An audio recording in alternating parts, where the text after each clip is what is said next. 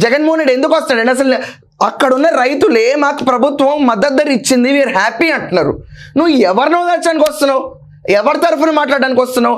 నువ్వు ఎందుకు వస్తున్నావు అంటే, డెవలప్మెంట్ ఎంత జరుగుతున్నప్పుడు ఆంధ్రప్రదేశ్లో క్వాంటమ్ వ్యాలీ అన్న కాన్సెప్ట్ తీసుకొచ్చినప్పుడు చాలా మందికి క్వాంటమ్ స్పెల్లింగ్ రాదు, అసలు క్వాంటమ్ వ్యాలీ కాన్సెప్ట్ తెలియదు, అసలు పని అనేది ఎంత వేగంగా జరుగుతుంది క్వాంటమ్ వ్యాలీ కాన్సెప్ట్స్లో అనేది తెలియని పనికి రాని ఎమ్మెల్యేల కింద నుంచున్న చాలామంది అసెంబ్లీకి వెళ్ళలేని దౌర్భాగ్యులు వీళ్ళందరూ కూర్చుని వీళ్ళందరూ కూడా ఈరోజు అభివృద్ధిని ఎక్స్ప్లెయిన్ చేయలేని పొజిషన్లో ఉన్నారు. కాబట్టి వీళ్ళు జనాలు ఎక్కడ మంది మర్చిపోతారు అని చాలామంది రోడ్లు ఎక్కుతారు. నేను ఇది ఎవరిని ఆపాదించట్లే ఇక్కడ ఈ మాటని, ప్లీజ్ రికార్డ్ మై పాయింట్.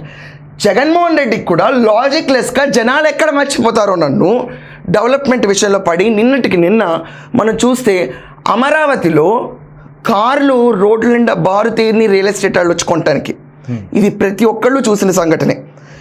ఇలాంటి సంఘటనలు జరుగుతున్నప్పుడు దాన్ని డిఫ్యూజ్ చేయాలంటే ఖచ్చితంగా ఒక తోతాపురిని ఎన్నుకోవాలి.